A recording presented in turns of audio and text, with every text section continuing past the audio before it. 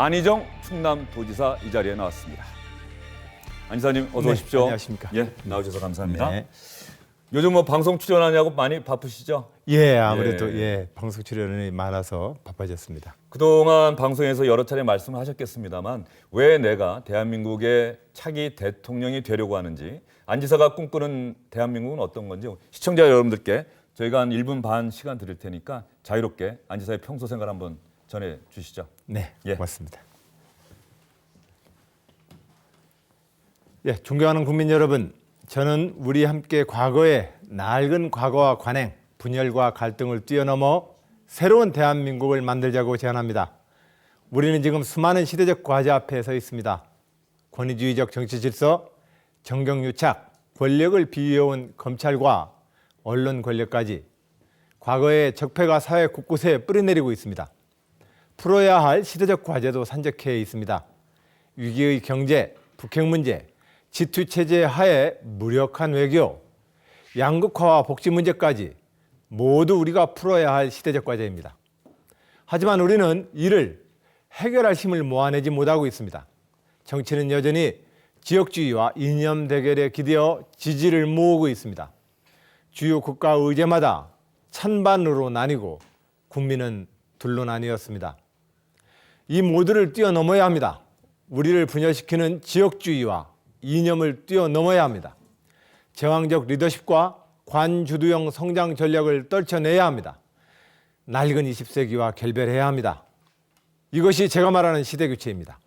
막다른 길에서 방향을 잃은 대한민국이 가야 할 길입니다. 국민 모두의 단결된 힘이 필요합니다. 민주주의를 통해 대화하고 타협하며 더 큰 우리를 만들어야 합니다. 우리는 할 수 있습니다. 국민의 주인 되고 국민의 평범한 상식이 존중받는 나라를 만들 수 있습니다. 안희정이 그 길에 앞장서겠습니다. 힘을 모아주십시오. 감사합니다. 네, 잘 들었습니다. 역시 안 지사님 메시지는 간결하고 귀에 쏙 들어오는 것 같은데요. 시대 교체를 계속해서 말씀하시는데 이 시대 교체라는 말이 말입니다. 박정희 시대와의 교체인지 박근혜 대통령 시대와의 교체인지 아니면 나이를 말하는 건지 그 개념이 좀 불분명하다 이런 얘기도 있을 수 있는데요. 예, 새로운 대한민국으로 가자는 제안입니다. 현재까지 대한민국은 1948년 헌법을 만든 이래 많은 대통령을 배출했습니다만 이 대한민국의 국가 운영 시스템은 박정희 대통령으로 표현되어지는 국가 주도형, 관주도형, 권위주의 국가 운영 시스템입니다. 이 국가를 새로운 민주주의 국가로 뛰어넘어야 합니다. 예. 바로 그러한 시대 교체를 의미합니다. 김대중 노무현 대통령 시대가 그 사이에 있었는데 역시 마찬가지로 그 두 전직 대통령도 그러한 시대적 소명을 다 해내지 못했다는 그런 말씀이신가요? 저는 김대중 노무현 대통령의 그 미완의 역사를 완수하겠습니다. 이렇게 말씀을 올리곤 합니다. 예, 우리가 이어서 이 시대의 교체를 완수해내야 된다. 그것이 제 소신입니다. 그리고 안 지사님도 김정남의 갑작스러운 사망 소식 들으셨을 텐데요. 그 뉴스 딱 보시고 어떤 생각이 드시던가요? 경악스럽죠. 네, 그것이 북한의 체제 불안적 요소인지 어떤 요소인지 아직 우리는 정확한 내막은 모르겠습니다만 그러나 아주 경악할 사건입니다. 무엇보다도 우리 국민 여러분들이 함께 힘을 모아서 대한민국이 내외적인 이런 불안 요소에 흔들리지 말고 힘을 모아서 나가자는 말씀드립니다. 네, 그러면 이제 안 지사님과 본격적인 이야기를 나눠보도록 하겠습니다. 일단 자리로 가서 앉으시죠. 네. 예.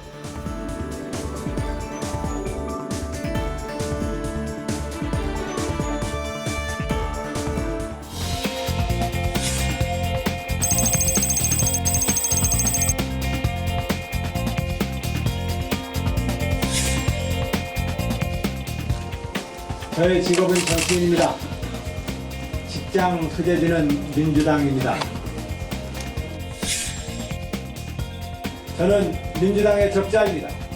정권 교체의 주역이 되겠습니다. 세상을 바꿀 젊은 리더십, 저 안희정입니다. 여러분 함께 바꿉시다.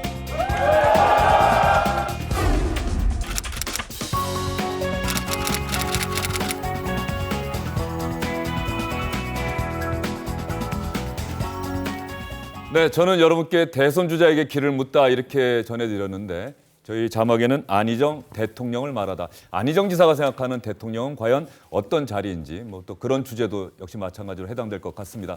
먼저 여러분들 궁금하실 겁니다. 주영진의 뉴스 브리핑은 도대체 어떤 기준으로 이 출연자들을 섭외했느냐. 그 기준은 말이죠. 지난주에 SBS 8시 뉴스에서 보도됐던 여론조사 지지도가 있습니다. 이 당시에 선호도 1% 이상 얻은 주자들을 대상으로 모시고 있고요. 출연 순서는 뭐 제비로 뽑은 것도 아니고요. 각 대선 주자들의 일정 고려해서 저희와 시간을 맞춰서 자유로운 날짜에 모시게 됐다 이런 말씀 드리겠습니다. 자, 안희정 충남지사에 대한 검증 함께 맡아주실 두 분 나오셨습니다. SBS 보도국의 민성기 원일이 선기자 나오셨습니다. 어서 오십시오. 안녕하십니까. 안녕하세요. 두 분 다 안희정 지사와 구면이신가요? 그렇습니다. 예. 네, 그러면 먼저 안 지사 이 자리에 나오셨으니까 편하게 먼저 궁금하셨던 거 있으면 먼저 질문 좀 하시죠. 이제 제가 좀 질문을 좀 드려야 되는데 뭐 하기 쉽고 듣기 좋은 질문은 좀 뒷순서로 좀 미루겠습니다. 시간 관계도 좀 있고 좀 다소 좀 껄끄럽고 이제 결례가 되더라도 국민들을 대신해서 묻는 걸로 좀 양해해 주셨으면 좋겠습니다. 안 지사님이나 제가 어린 시절 대학 다닐 때 반미 청년회라는 게 있었어요. 그래서 이제 젊은 시절 안희정은 반미 청년회를 이끌었었고 김일성 주체 사상을 신봉했었다. 이런 지적이 좀 있습니다. 그래서 제가 단도직입적으로 관련된 질문 두 가지를 여쭙겠습니다. 첫째, 전향을 하셨습니까? 둘째, 안 지사님한테 북한은 어떤 존재입니까? 예, 뒤에 거부터 말씀을 올리겠습니다. 북한은 우리가 함께 평화 통일을 이루어야 될 우리 국가와 민족의 한 구성 부분입니다. 우리의 형제입니다. 그러나 앞으로 지금 현재 분단되어 있기 때문에 헌법의 명령대로 평화적으로 통일을 해야 될 우리의 반쪽이다 이렇게 말씀을 올립니다. 그리고 청년기 때 막시즘에서부터 사회주의 사상에서부터 그리고 대학교 4학년 때에는 그 당시 NL 즉 민족해방 논리에 따라서 북한 바로 알기 운동을 해드렸습니다. 그때 북한을 움직이는 북한의 철학 체계와 주체 사상이라는 것에 대해서 저희들도 학습을 했었습니다. 물론 결과적으로 그것은 수령론에 입각해서 현재 3대 세습이 되어지는 권력 체계로 귀결되었습니다. 그런 점에서 대학교 때 섭렵했었던 많은 사상과 사회주의 이론 중에 하나였습니다. 그러니 그걸 가지고 지금 전향을 했느냐 안 했느냐라고 묻는 것은 그건 좀 과장된 것이라 말씀을 올립니다. 쉽게 말하면 대학 시절에는 뭐 주사파였다 뭐 이렇게 사람들이 얘기해도 되는 겁니까? 아니면 어떻습니까? 오히려 민족 해방 노선을 갖고 민족적 단결을 주장했던 NLPD다 이런 대학교 때는 그런 생각을 했었더랬습니다. 그러나 대학교 때의 그 민족주의적인 어떤 독립 정신과 민족 해방의 정신이라고 하는 것은 이 작은 나라의 민족사에서 태어난 청년으로서의 팩이라고 저는 충분히 이해하실 수 있다고 생각합니다. 네, 이해합니다. 저 하나만 좀 더 사실관계만 좀 하나 짧게 좀 여쭤볼게요. 그 이제 사상적 스펙트럼에 대한 그 자유로움과 그 포용력에 대해서는 뭐 다들 좀 인정들을 좀 하고 있는데 사실관계 면에서 그 당시 공안 당국이 안희정 지사는 전향서 의사를 서류로 제출하지 않았다라는 이런 얘기가 좀 있었는데 실제로 그런 거를 요구를 받으신 적이 있습니까? 아니면은 없습니다. 전향서라는 것을 제출하고 말고 하는 그런 사실관계가 있습니까? 없습니까? 그런 사실관계가 없습니다. 예. 그리고 전향 제도라는 자체가 그 당시 학생운동과 민주화운동 대상자들에게 그런 제도를 요구하는 것 자체가 없습니다. 예. 예. 자, 민성기 기자에게 이제 질문권을 넘기죠. 네, 뭐 안희정은 결국 페이스메이커에 그칠 것이다 이런 얘기 많이 들어보셨을 텐데요. 안희정 지사한테는 본선보다 경선이 더 어렵다 이런 분석도 많은 것 같습니다. 그래서 민주당 경선에서 소위 문재인 대세론을 극복할 수 있는 필살기가 있으면 좀 말씀해 주십시오.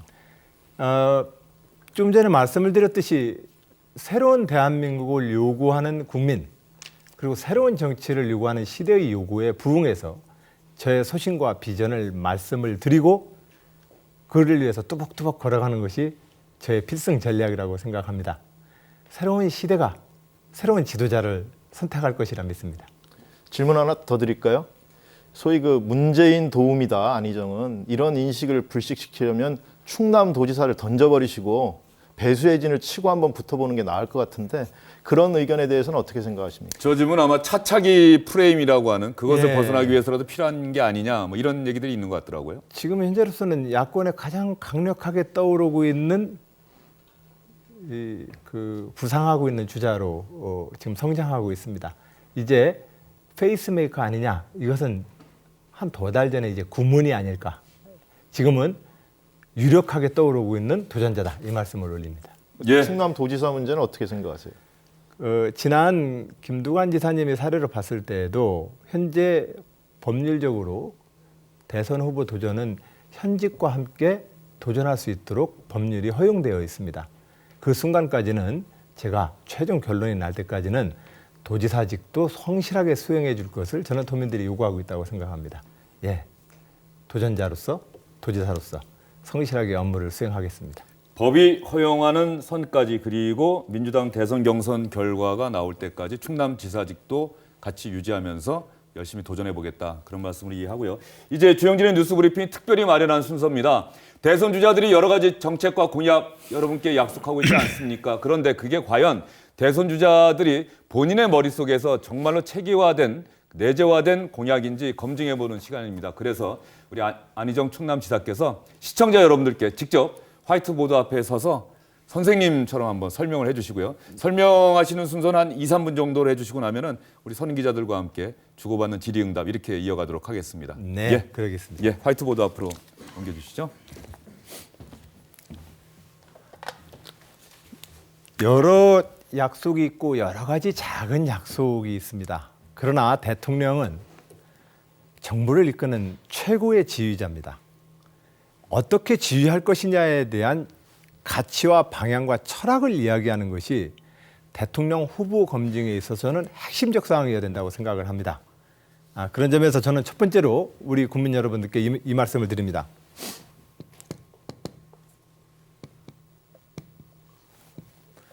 헌법입니다. 대한민국의 모든 대통령은 이렇게 대통령 취임서에서 선서합니다. 나는 헌법을 준수하고 국가를 보유하며 평화 통일 그리고 국민의 자유와 복리 증진을 위해 그리고 민족 문화의 창달을 위해서 제 직을 성실히 수행하겠습니다라고 선서합니다. 바로 헌법입니다. 이 헌법이 가지고 있는 첫 번째 원칙, 삼권 분립입니다. 삼권 분립. 예. 그런데 사실상 이 삼권 분립이라고 하는 것은 의회와 행정부와 사법부의 이 삼권 분립이라고 하는 이 견제와 균형이라는 이 분립 정신을 대통령도 예외 없이 지켜야 합니다. 그러나 우리는 대통령이라고 뽑아놓고 거의 총통식의 약속을 하고 총통식의 비전을 얘기하고 그가 이 삼권 분립을 뛰어넘어서 뭔가를 다 해줄 것처럼 이야기하길 원합니다. 그러나 이것은 헌법 준수가 아닙니다. 당연히 의회하고는 협치를 이뤄내야 합니다. 의회의 다수파들과 또 의회를 전체를 상대로 국정 운영에 대한 주요 의제를 놓고 우리는 협력하고 국가 개혁을 향해서 우리는 협력의 모델을 만들어내야 합니다. 이것이 민주주의에서 말하는 대화와 타협. 대화와 타협입니다. 대화하고 타협하지 않는다면 우리는 결과적으로 폭력적인 혁명을 할 수밖에 없습니다. 이걸 원하는 국민은 아무도 없습니다. 그런 점에서 헌법을 준수한다라고 하는 이 대통령의 이 선서의 취지에 맞춰서 이 헌법에 따라서 대한민국을 이끌겠다라고 하는 민주주의자로서의 깊이 있는 약속을 해야 합니다. 이 약속을 안 하고 검찰이든 권력기관에 자기 사람을 심어서 통치력이라는 이름으로 누구를 혼내주겠다든지 삼권 분립을 뛰어넘어서 입법부를 거수기로 만든다든지 또한 사법부의 독립과 그 심판을 행정부의 리더인 대통령이 뭔가 종합적 통치력으로 이끌 것처럼 이야기하는 것은 올바른 이 헌법 준수가 저는 아니라고 생각을 합니다.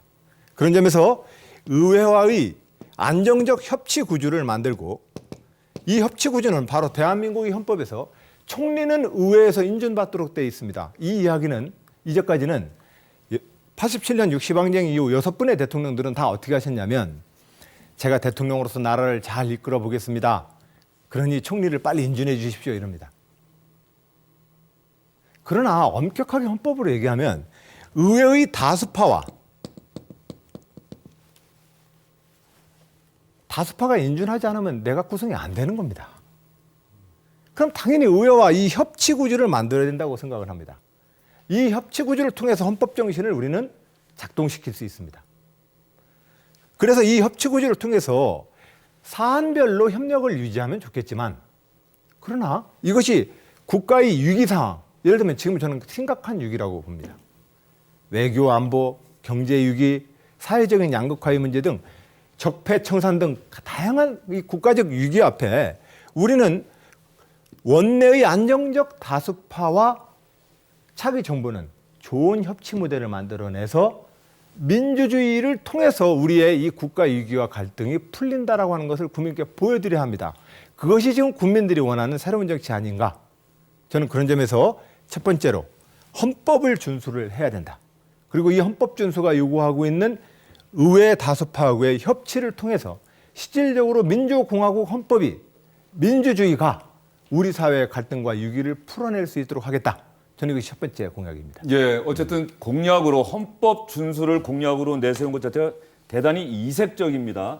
두 기자께서 짧게 질문하시고 이제 안 지사님께서 또 짧게 대답하시면 스피디하게 더 많은 얘기를 할 수 있을 것 같은데요. 제가 서서 계속 대답하면 서서 돼요. 대답 좀 해주십시오. 네. 오늘은 협치를 중시하시는데 원래 말씀하셨던 대연정이라는 거는 제1야당과 권력을 분점해서 가는 그런 말 그대로 유럽식의 대연정으로 이해를 좀 했었는데, 그래서 제가 그걸 몇 차례 얘기를 드렸습니다. 원내 가장 안정적 다수파를 형성해달라고 저는 당에다가 요구를 했습니다. 그러려면 무조건 그냥 자리막 나눠먹기로 연합정부를 꾸리는 게 목표가 아니죠. 대연정의 의미는 그랜드 코얼리션입니다. 즉 가장 넓은 다수파입니다. 근데 이 가장 넓은 다수파를 형성하기 하든 아니면은 구체적으로 이번 대선 과정에서 각 후보와 정당들이 국민들에게 어떤 약속을 하는 그 약속 목록을 놓고 우리가 어떻게 협치를 할 수 있는 그 범위를 우리는 협상해내야 합니다. 그래서 그것이 대연정이 될지 소연정이 될지 과반을 겨우 넘기는 소연정이 될지 아니면 국회 선진화법 자체도 뛰어넘을 수 있는 5분의 3의 정말로 그랜드 코알리션이 될지는 우리가 실질적으로 이 개혁 과제를 놓고 협상을 해봐야 합니다. 네. 근데 현실적으로 그렇게 되면 그것이 성사되면 다수파 야당일지라도 총리를 넘겨주는 겁니까? 그 야당과 그 다수파와 상의를 해서 총리를 함께 세워야 되지 않겠습니까? 대통령이 추천을 하든 그쪽이 추천을 하든 합의하지 않으면 안 되는 거 아니겠습니까? 예. 지금 이제 연정을 말씀하시는데 연정과 협치 이렇게 얘기하면 민주당 소속이시니까 바른정당이나 그 자유한국당 뭐 이런 곳과도 이제 이 협의가 돼야 될 텐데 민주당 내부에서도 보수 세력과 협치한다는 것에 대해서 아직도 부정적인 의견이 많은 것 같아요. 그 정서에 대해서 저는 그거 어떻게 충분히 설득하시겠습니까? 동의합니다. 그러나 대체적으로 현재의 의회 구조 내에서 어느 분이 대통령으로 당선되든 다음번 총선까지 현재의 의회 원내 구속은 분포는 똑같습니다. 이 상황에서 제가 두 번째, 세 번째로 그 공약 설명을 드릴 때에도 말씀을 드리겠지만 어느 후보님의 공약이라 할지라도 그 공약이 실천되려면 많은 입법과 개혁 과제가 뒷받침되지 않으면 한 걸음도 못 나갑니다.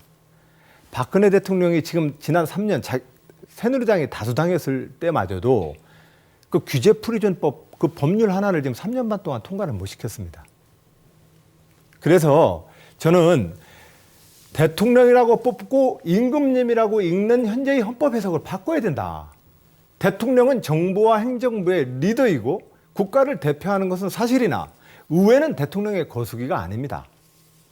그래서 그 의회의 가장 안정적 다수파를 나눠먹기식이라든지 밀실 그 나눠먹기가 아니라 대선 과정에서 나오는 그 개혁 과제를 놓고 한번 얘기를 해보자는 겁니다.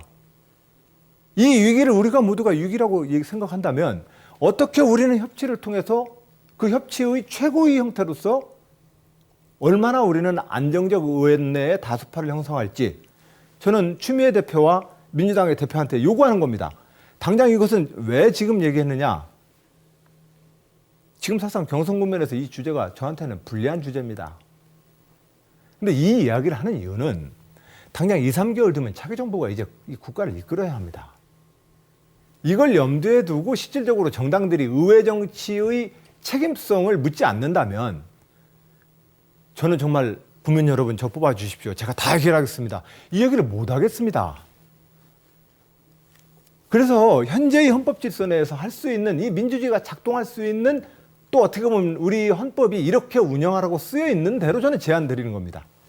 네, 안 지사님, 첫 번째 주제는 헌법 준수, 그게 자연스럽게 대연정에 관한 질문으로 이어졌고요. 협치를 하겠다 이 말씀해 주셨고요. 두 번째 공약 설명해 주시기 위해서 화이트보드를 깨끗하게 좀 닦아주시기 바라겠습니다. 저희가 원래 감사합니다. 자, 이제 안 지사님께서 두 번째 공약, 시청자 여러분들께 과연 어떤 공약이 두 번째 공약이 될지 저도 궁금한데요. 두 번째 공약을 시청자분들께 또 설명을 좀 해주시죠.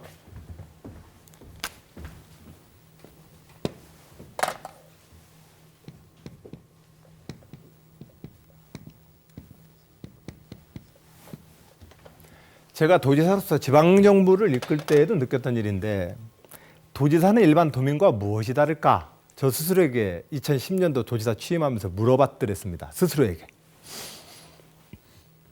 가장 큰 차이점이 물론 이제 대통령은 또 일반 국민들과 무엇이 다른가? 뭐 경호를 받는다. 그게 뭐 대통령급의 경호를 받는 사람은 대통령밖에 없으니까 그게 가장 큰 차이점이겠죠. 그러나 기능상으로 보면 가장 중요한 것은 이 정부의 리더라는 겁니다. 이 정부 조직이, 즉 조직이 일을 합니다. 이 조직을 어떻게 이끌 것이냐에 대한 그의 리더십의 형태와 정부를 어떻게 조직 편제를 해서 장군으로 비유한다면 어떻게 싸울 것인지는 내가 어떤 부대를 만들 것이냐를 먼저 얘기를 해줘야 합니다. 지금 이런 내용 없이 다 뭐 하나 더 해주겠다는 식의 공약들이 많은데 저는 그건 좀 순서가 다릅니다. 대통령은 실질적으로 수십만 정부 조직의 지도자입니다. 그러면 이 정부를 자기가 어떻게 이끌 것이냐에 대한 자기 관이 있어야 합니다. 저는 그런 점에서 첫 번째가 헌법 준수이고 두 번째가 저는 정부를 혁신할 겁니다. 어떻게? 자, 첫 번째는 이 시간을 통해서 우리 국민 여러분께도 함께 제안 말씀 올립니다. 우리 모두는 서로 간에 경례하고 존중해줬으면 합니다. 흔히들 공무원을 철밥통, 복지부동 이렇게 부정적으로 표현하곤 합니다만 그러나 우리가 현재까지 한강의 기적과 산업화와 민주화를 이뤘다면 이것은 어느 계층과 어느 직업부문만의 노력이 아니라 우리 모두가 함께 노력했기 때문에 이 수준이 온 거 아닐까요? 저는 그런 점에서 우리 공직사회에 대해서 우리는 좀 신뢰를 보내줬으면 합니다. 우리 공무원들도 전 세계 어떤 나라의 역사의 공무원들 못지않게 열심히 일했고 능력 있는 사람이라고 우리 좀 존중해 줬으면 합니다. 존중해 주지 않으면 우리 그 어떤 혁신도 일어나지 않습니다. 첫 번째로 존중을 통해서 정보 분야에 대한 혁신의 힘들을 이끌어내야 합니다. 두 번째로는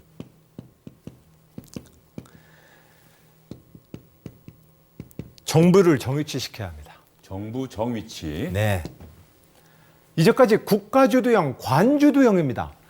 시장의 질서도 있고 개인의 책임과 권한의 영역이 있음에도 불구하고 우리는 관이 계획을 하고 정부가 계획을 하면 뭔가 다 이루어질 것처럼 얘기합니다. 아직도 이 행태는 계속해서 반복되고 있습니다. 그래서 정부 분야에 대한 존중과 신뢰, 정부가 할 수 있는 일과 해야 되는 일을 정확하게 유치 선정을 해야 합니다. 이것을 전제로 저는 첫 번째, 자치분권을 실천할 겁니다. 중앙 집권화된 국가체제, 우리가 극복해야 합니다. 지난 시대의 일입니다. 사람은 태어나면 한양으로 보내고 말은 태어나면 제주도로 보내라는 이 중앙 집권화된 시스템 가지고는 메르스 때에도 세월호 사건 때에도 봤지만 현장의 지휘력은 사라집니다. 저쪽 중앙 높은 분들한테 보고서 내고 다 지침만 기다립니다. 이런 형태의 정부 대응 능력 가지고는 안 됩니다. 자치분권을 통해서 우리는 국가의 효율성을 꾀해야 합니다. 그리고 그런 측면에서 정부 혁신은 자치분권, 중앙집권 시대로부터 자치분권 시대로의 정부 혁신을 일으켜야 되고 앞에 말씀드렸던 것처럼 시장, 경제, 개인, 기업과 민간과 정부는 거버넌스 체제로 가야 합니다.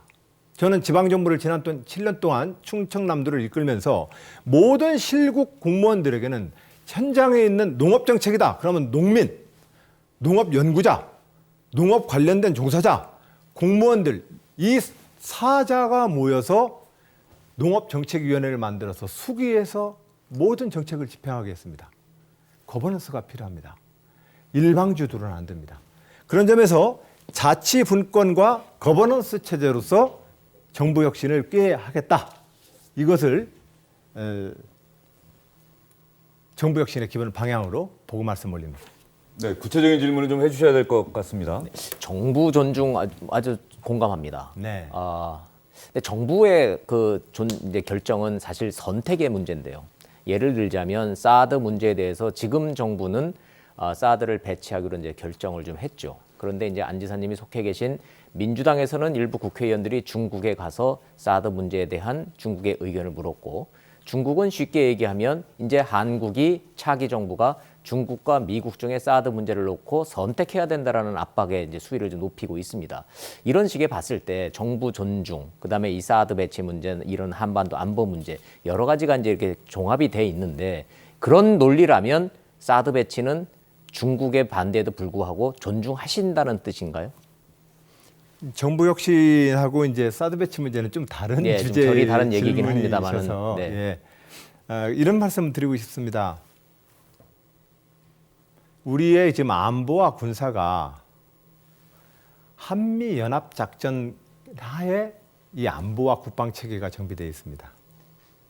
이 점은 휴전 상태에서 대한민국의 국방과 안보가 전략적 군사 한미 동맹을 통해서 형성되어 있다는 것을 중국도 존중하고 있습니다. 그러나 이 체제가 중국에 대한 봉쇄 전략으로 전환을 해서는 안 됩니다. 우리는 우방인 미국과 유엔군이 대한민국을 지키기 위해서 함께 참전했고 대한민국을 함께 지키기 위한 그 군사동맹을 맺었던 것이지, 대륙과 해양 세력의 전초기지로서 대한민국이 서겠다는 약속을 한 게 아닙니다. 그런 점에서 노무현 정부에서부터 현재 박근혜 대통령까지 미래를 향한 전략적 한미 동반자 관계에 대한 많은 협약들이 있습니다. 이 협약을 통해서 이 한반도가 중국 봉쇄를 위한 전초기지가 되는 것도 우리는 막아야 하고, 또한 우리가 가지고 있는 군사적인 전략 동맹의 정신을 훼손하지 않는 선에서 우리는 이 협상들과 대한민국의 안보와 이익을 지켜내야 합니다. 자, 이 문제에 대해서는 많은 형태의 협상과 담판과 또한 수단이 필요합니다. 그 많은 내용들을 여기서 아마 다 말씀드리기 좀 어려울 것 같습니다. 네. 윤석 기자께서 정부 혁신과 관련해서 정부 혁신의 총론을 말씀해 주셨는데, 이 문제를 공무원들과 얘기해 보면 시급한 현안으로 항상 얘기되는 게 세종시로 인한 비효율 문제입니다. 네. 그래서 그 안 지사의 공약 내용을 보면 청와대와 국회를 옮겨가지고 세종시를 정치 수도로, 행정 수도로 완성하겠다, 이런 고향이 있던데, 헌법재판소 판결은 수도 이전은 위헌이라는 거 아니겠어요? 그러면 개헌을 하던가 이런 특단의 대책이 필요할 텐데, 개헌을 해서라도 세종시를 수도로 완성하는 그런 방안을 밀어붙이실 겁니까? 지금 현재 저의 의지는 분명합니다. 정부와 행정, 정치와 행정의 수도는 세종시, 그리고 경제의 수도는 서울을 두어서, 또한 패션과 디자인의 수도는 대구, 문화예술의 수도는 광주, 해양의 수도는 부산 등 지역별로 자기의 대한민국에서의 자기의 어떤 그 수도로서의 자기 발전 전략을 만들어야 합니다. 그런 점에서 지금 현재 국회 특위에서는 개헌 특위를 통해서 국회에서는 개헌을 논의하고 있기 때문에, 현재의 행정중심 복합도시의 모든 국책연구기관과 주요한 대부분의 정부 부처가 내려와 있다면 현재의 의회와 청와대가 내려오는 게 순서입니다. 개헌 논의 과정을 통해서 개헌에 세종시를 대한민국의 수도로 못을 박든지, 아니면 다른 절충안을 만들어서라도 세종시는 완공시켜야 합니다. 그런 의지입니다. 네, 안희정 충남지사의 두 번째 공약, 정부 혁신을 위해서 정부를 존중하고 정부를 정위치시키겠다. 그리고 세종시로 행정수도를 완전히 이전하겠다. 개헌을 통해서라도 그 공약 들었고요. 마지막 세 번째 공약을 말씀해 주실 순서인데요. 안 지사께서 한 2분 정도로 그 설명을 좀 맞춰주시고 나머지 기자들과 질문을 좀 받는 그런 형태로 진행을 하도록 하겠습니다. 세 번째 공약은 어떤 주제입니까? 예, 아무래도 경제 문제입니다.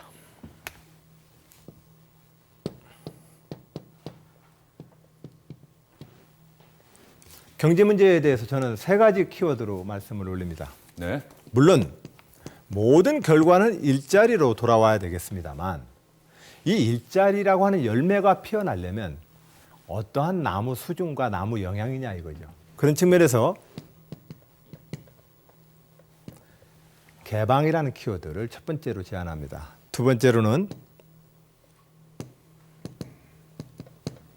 혁신이라는 키워드를, 세 번째로는 공정이라는 키워드를 제안합니다. 제가 제안하는 거냐? 아닙니다. 지난 우리 역대 모든 대통령과 정부가 추진했었던 경제정책의 요점입니다. 저는 정부가 바뀐다고 해서 갑자기 우리 출판사에서 얘기하는 것처럼 내용은 똑같은데 표지 제목만 바꾸는 이런 경제산업정책이 오히려 더 시장을 왜곡합니다. 그런 측면에서 우리는 개방형 통상국가로 가야 합니다.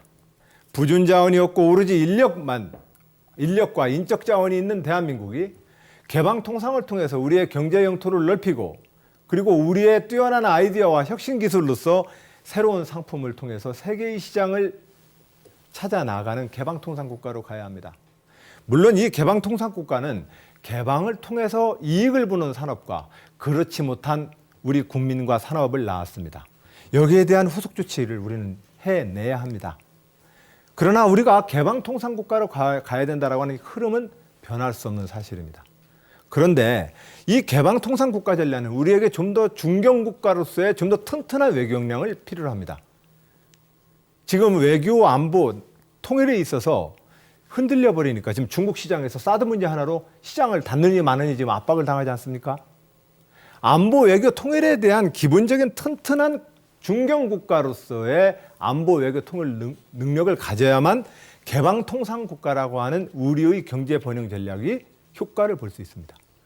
또한 혁신 주도형 경제 성장으로 가야 된다는 것은 박근혜 대통령의 창조경제혁신센터나 노무현 정부의 혁신 주도형 경제 성장 전략이나 다 마찬가지 맥입니다. 이 얘기는 우리가 손재주를 가지고서 얼른 일본하고 미국에 가서 얼른 카피에다가 물건 만드는 그걸로는 더 이상 우리 경제가 안 된다는 거죠.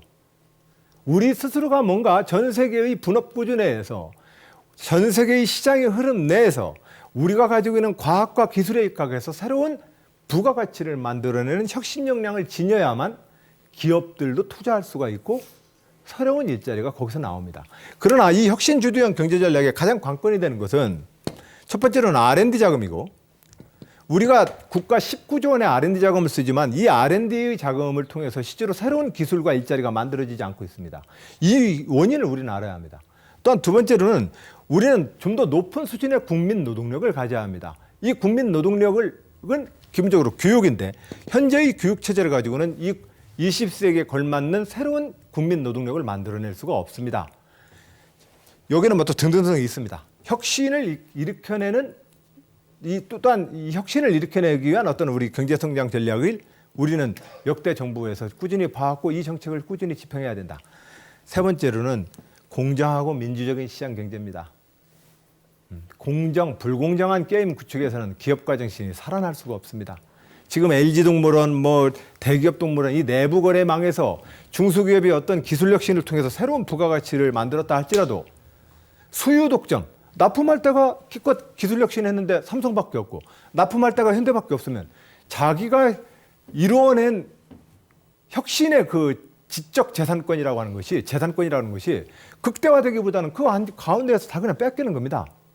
이런 우리 대한민국의 산업 생태계와 시장 생태계에서의 불공정 구조를 실제로 공정한 민주주의 시장 경제로 만들어주는 것, 이 세 개가 사실은 대한민국이 새로운 혁신을 일을 통해서 경제적 번영을 이뤄낼 수 있는 유일한 길이고 이것이 지난 30년 동안 대한민국 정부가 진행하려고 했었던 경제산업정책의 핵심이라는 말씀을 올리고 제가 이끄는 정부는 갑자기 간판 바꾸지 않을 겁니다. 예, 네, 알겠습니다. 이 정책의 기조를 유지해서 대한민국이 새로운 혁신 역량을 만들어내는 그런 튼튼한 대한민국 경제의 토대를 만들겠다는 말씀 올립니다. 네, 두 분 손인 기자께서 개방의 문제는 미국이나 중국 등 대외적인 요인, 상대방이 있는 문제라고 이제 생각이 되고, 세 번째 공정 문제에 대해서 모든 대선 주자들이 결국은 귀결점은 그래서 대기업 개혁, 재벌 개혁, 상법 개정안이나 공정거래법 강화를 통한 대기업과 중소기업의 불균형 문제를 해결하겠다, 이런 공약들을 많이 제시하고 있는데, 구체적으로 이 공정한 시장 경제 질서를 확립하기 위해서 가장 시급한 법안 같은 경우는 뭐를 꼽고 계십니까? 아무래도 지금 현재 국회에서도 논의되고 있는 그 징벌적 어떤 배상 제도라든지 집단 소송제라든지 디스커버리 제도라든지 실질적으로 경제 민주화와 공정한 시장, 즉 그 불공정한 게임에서 소수자와 약자가 그 불공정한 어떤 그 경쟁 구도 내에서 자기를 방어하거나 공격할 수 있는 수단을 제공하는 거죠, 그 제도들이. 그럼 논의가 진행 중에 있는 그런 법안들에 대해서는 찬성하는 입장을 지금 공약으로 그렇습니다. 내세우시는 건가요? 네네.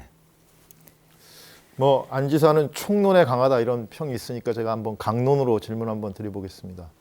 지금 트럼프 미 행정부가 한미 FTA에 관해서 재협상을 요구한다면 어떻게 대처하시겠습니까? 그건 지금 현재 봐야 합니다. 우리가 지금 무역 수지는 한미 FTA 이후로 우리가 무역 수지가 한 뭐 120억, 150억 크게는 120억 가량.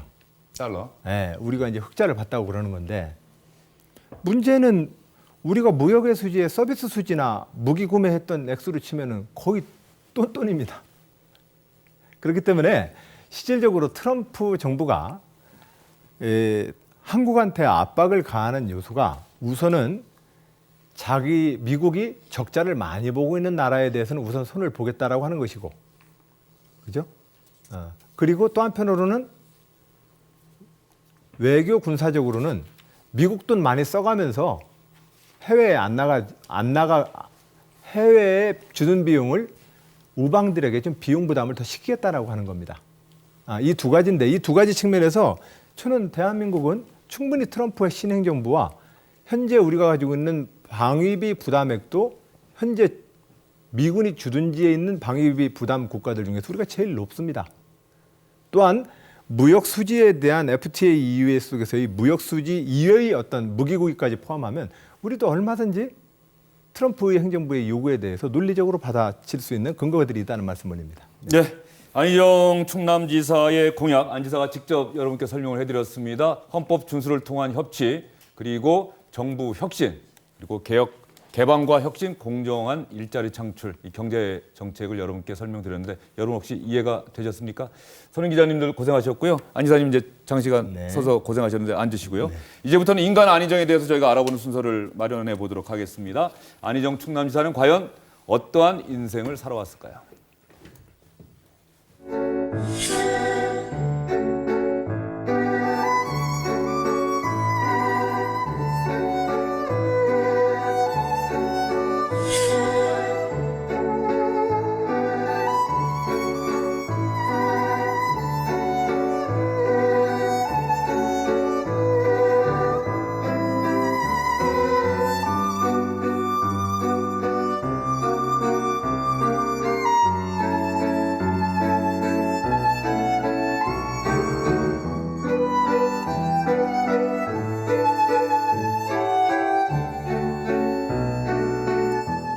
안희정 충남지사 어릴 때부터 지금까지 사진을 쭉 봐왔는데요. 역시 안 지사에게도 가장 소중한 존재는 가족이겠죠?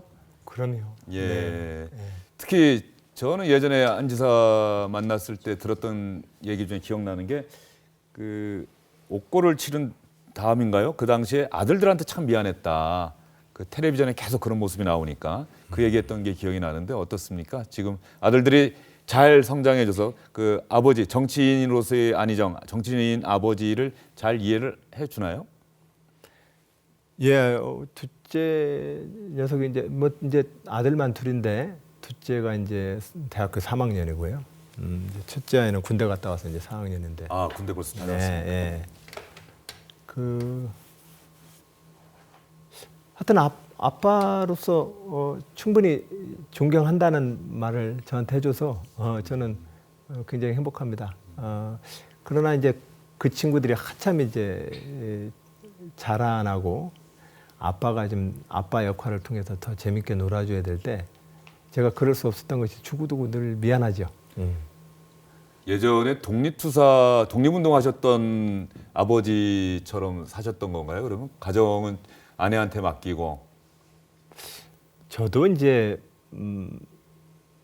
뭐 민주화운동 세대로서 저희 아버지 세대보다는 좀 더 가정 내에서의 아빠의 역할과 남편의 역할을 더 많이 하려고 노력을 했습니다만, 그러나 제 출산과 육아, 가정 살림을 맡아야 됐던, 일상의 생활을 맡아야 됐던 제 아내 입장에서는 너무 고통스러운 시간이 많았습니다. 아무래도 이 노무현 대통령님을 모시고 노무현 대통령님은 선거를 계속 떨어지고 또 어려운 여건에 정당 활동이라는 것이 계속해서 많은 사람들 관계 속에서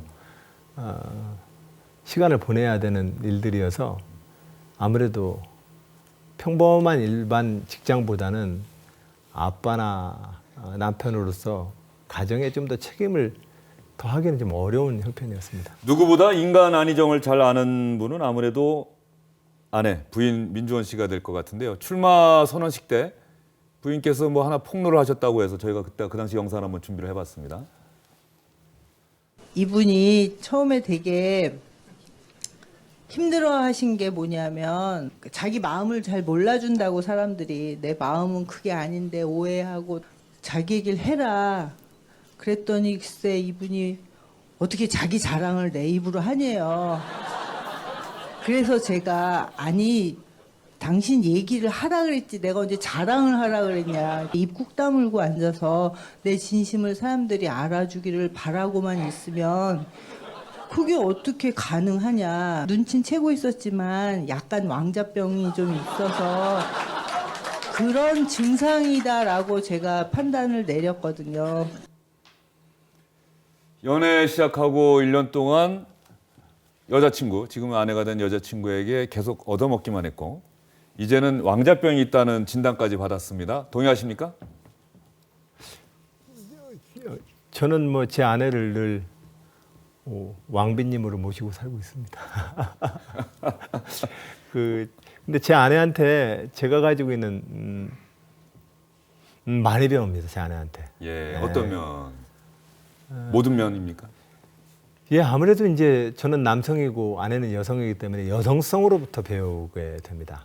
남성성 유지의 사회에서 그렇게 우리가 교육받아 왔고 설령 그런 남성 중심의 교육을 안 받았다 할지라도 남성성이기 때문에 생겨나는 반쪽 창으로 세상을 보는데 그러다 보니까 많은 게 부족합니다, 사실. 그래서 제가 몇 해 전서부터 이제 그 여성주의 관련된 책들을 좀 읽으면서 여성주의와 여성학이라고 하는 것이 또 양성평등이라고 하는 성평등이라고 하는 주제가 단순하게 생물학적인 양성평등의 문제가 아니라 인문학적으로는 온전한 인간을 이해하기구나. 그런 점에서 온전한 인간을 이해하는 데서 제 아내가 스승입니다. 예. 그래서 아내와 함께 무슨 저 도깨비 드라마 쓸쓸하고 찬란하신 도깨비의 한 장면을 패러디한 사진도 제가 SNS를 통해서 봤었는데 저기에 칼이 꽂혀 있는 사진은 아니네요. 저 패션은 분명히 공유 씨를 따라 하신 건 맞죠? 그런데 뭐 저 드라마를 안 봐서 저게 뭐 꽂혀 있어야 됩니까? 예. 원래는 이게 푸른 녹색과 푸른색이 섞여 있는 검이 꽂혀 있어야 되고 네. 그 아내분께서 그 검을 뽑아 주셔야죠. 아, 예. 그렇군요. 네. 어쨌든 그 대사는 다 기억을 하시죠? 사진 예. 찍으셨으니까. 네. 국민 면접 때도 하셨던 기억이 납니다. 첫눈으로 비로 올게 첫눈으로 올게. 그 다음에 대통령으로 올게 이렇게 얘기하셨죠? 국민 면접 때. 예, 기억이 납니다. 자, 이제 아내 이야기를 계속하고 있는데 아내 민주원 씨께서 오늘 주영진의 뉴스 브리핑에 나온다고 하니까 특별히 응원의 메시지를 보내주셨는데 한번 들어보겠습니다. 안녕하십니까. 충남도지사 안희정의 30년 지기 친구이자 아내 민주원입니다. 제 아내를 여러분들한테 좀 소개하고 싶습니다.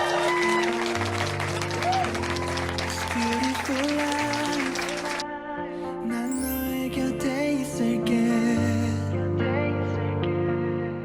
안희정 씨는 28년 동안 정당 정치를 하면서 우리나라의 민주주의 발전을 위해서 많은 고민을 했습니다. 통합과 화합의 길로 가는 방법이 무엇인지가 그의 고민의 화두였습니다.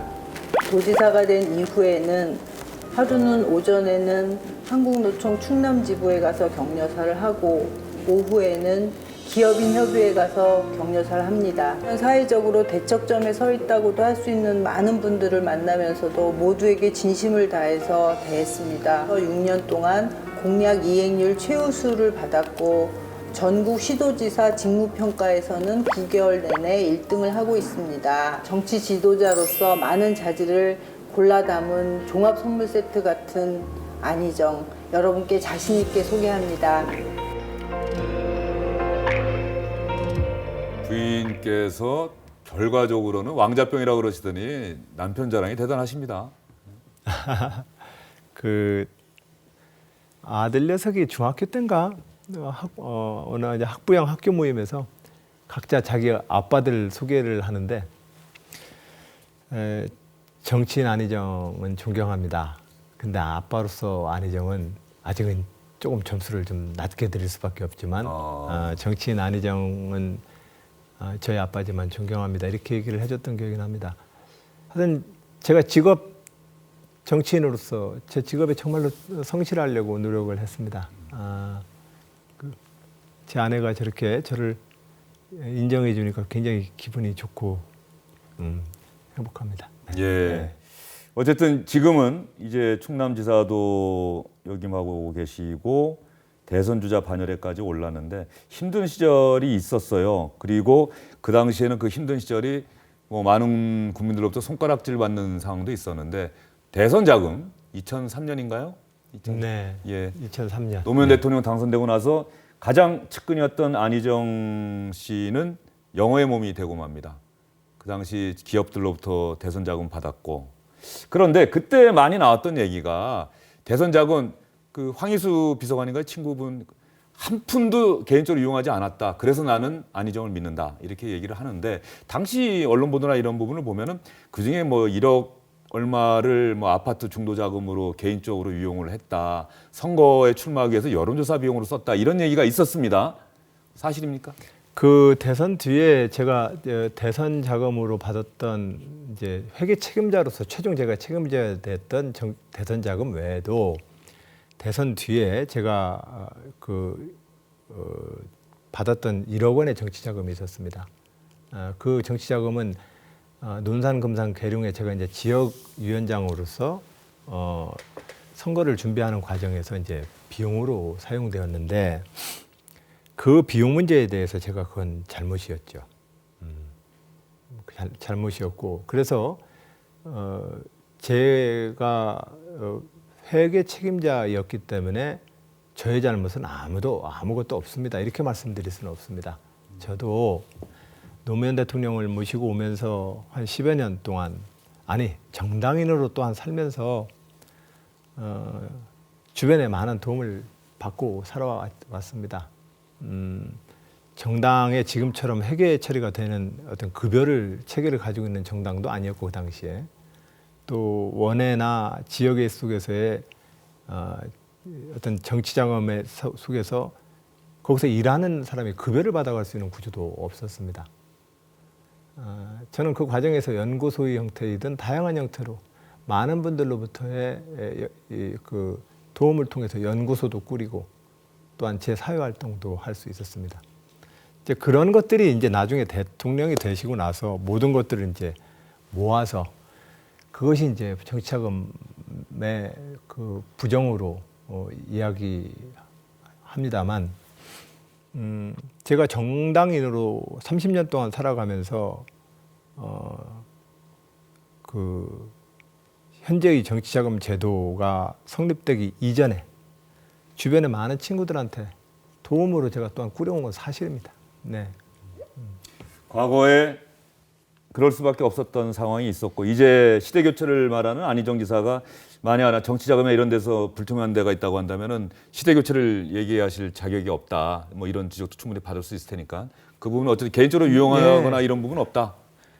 예, 그렇습니다. 그 개인적으로 이용한 것 수는 없었고 2003년에 대선 자금과 그 제가 개인적으로 받은 정치 자금 그런 과정에서 저희 잘못도 있었다는 말씀을 분명히 올리고 그거에 대해서는 뒤에 법원으로부터 당을 공식적으로 해서 회계 책임자로서 이 책임져야 될 것은 저한테 추징은 안 물리셨는데 제가 책임져야 될 돈에 대해서는 4억여 원의 추징금을 저한테 해주셨습니다. 그래서 저도 개인적으로 집을 가지고 있었던 집을 팔아서 그거에 대한 법원의 판결에 따라서 추징금을 납부했다는 말씀 올립니다. 예. 그럼 이 질문은 좀 드릴 테니까 단답형으로 좀 해주십시오. 연정과 관련해서 노무현 대통령 당시에 보고서 올리신 적 있습니까? 없습니다. 없습니까? 네. 예, 알겠습니다. 그리고 이제 시간을 정리해야 될 시간이 오는데 안희정 지사께서 좋아하는 책이나 시의 구절이 있으면 한번 소개를 해주시겠습니까? 심동엽 선생님의 금강이라는 시는 정말 너무 굉장히 길지만 정말 감동적인 시입니다. 그리고 그때 고등학교 1학년을 제적당하고 나서 정말 요즘 뭐라고 합니까? 하여튼 제가 꽂힌 시가 심동엽 시였습니다. 1980년, 81년. 그랬을 때 이제 누가 하늘을 보았다 하는가라는 식구도 참 예. 감동적인 식구죠. 근데 다 외우라면 좀 못 외울 것 같은데요. 그리고 아마 그리움에 지친 사람들은 산으로 가요. 아마 이런 구절도 네. 그 신동엽 시인의 시 네. 중에 하나 있었던 네. 것 같고요. 안 지사가 미리 저희가 준비한 걸로 보면은 토머스 머튼이 길어낸 사막의 지혜 여기서 겸손에 관한 뭐 금언 이런 것도 상당히 강조하셨다고 하는데 겸손은 모욕을 용서하는 것이다. 뭐 이런 대목도 안 지사께서 그 읽은 책 중에 상당히 기억에 남는다라고 해서 저희가 소개를 해드렸습니다. 네. 어쨌든 신동엽 시인의 금강을 얘기하셨는데 어쨌든 겸손은 모욕을 용서하는 것이다. 이 부분도 참 가슴에 와 닿고요. 이제 안 지사 정치인 안 지사에 대해서는 많은 분들이 아는데 안 지사 노래 좋아하십니까? 예, 노래 좋아합니다. 예, 하시는 것도 좋아하십니까? 하는 건 잘 못합니다. 왜냐면 제가 노래하면 다 웃더라고요. 요즘 가장 우리 안희정 지사의 가슴에 와닿는 노래는 어떤 노래입니까? 요 작년부터 응팔 예. 드라마가 참에서 또 거기 나온 노래들이 다 우리 모두에게 기억됩니다만 그대여 걱정하지 말아요. 예. 전인권 선생님의 노래도 좋고 예. 예, 이적 씨의 노래도 좋고 아, 이 노래입니까? 네. 예. 주영재 뉴스 브리핑이 어떻게 알고 노래까지 준비를 했습니다. 걱정 말아요 그대. 혹시 좀 따라 부르실 수 있으세요? 가사가 기억나십니까? 내 아픈 기억들 모두 그대여 그대 가슴에 훌피 묻어버리고